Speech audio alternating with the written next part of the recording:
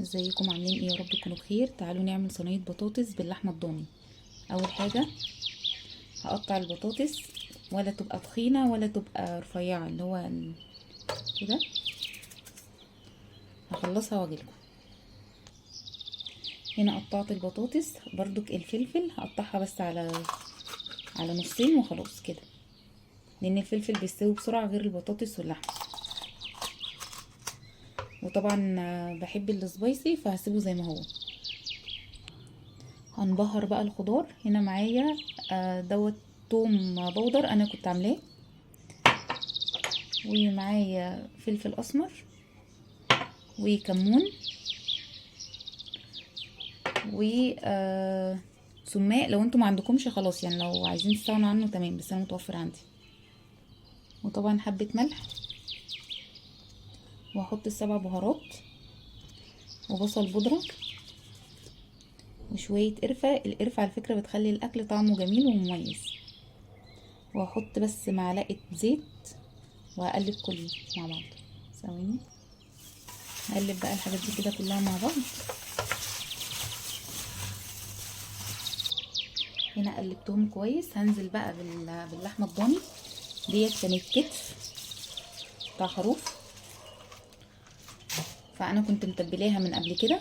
كنت حاطه عليها علبه زبادي وبصل بودر وتوم بودر وملح وبابريكا وروزماري وبس تقريبا، وفلفل اسمر طبعا. بس هحط عليها مثلا حبه ميه سخنه وادخلها الفرن. هنا غليت الميه، هحط بس حبه صغيرين خالص، مثلا زي نص كوبايه ميه، وهغطي عليها وادخلها الفرن. هنا قفلتها، هسيبها مثلا في الفرن قيمه ساعتين وهبص عليها. انا بالنسبه لي بحب اللحوم بالذات تبقى مهريه خالص، يعني اكتر من مستويه شويه، فهسيبها على درجه حراره في الفرن اقل من الوسط عشان تستوي براحتها خالص، عشان تطلع لي تبقى دايبه.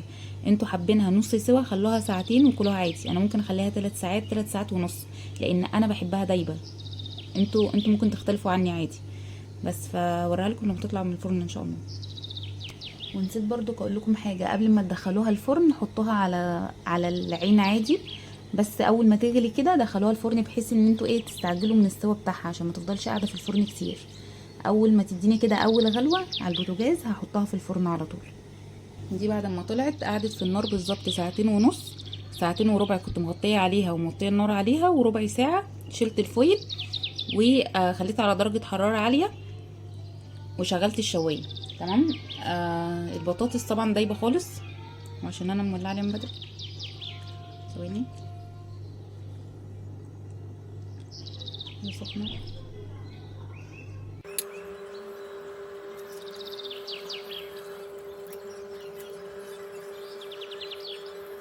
هي سخنه جدا بصراحه، بس احسن حاجه في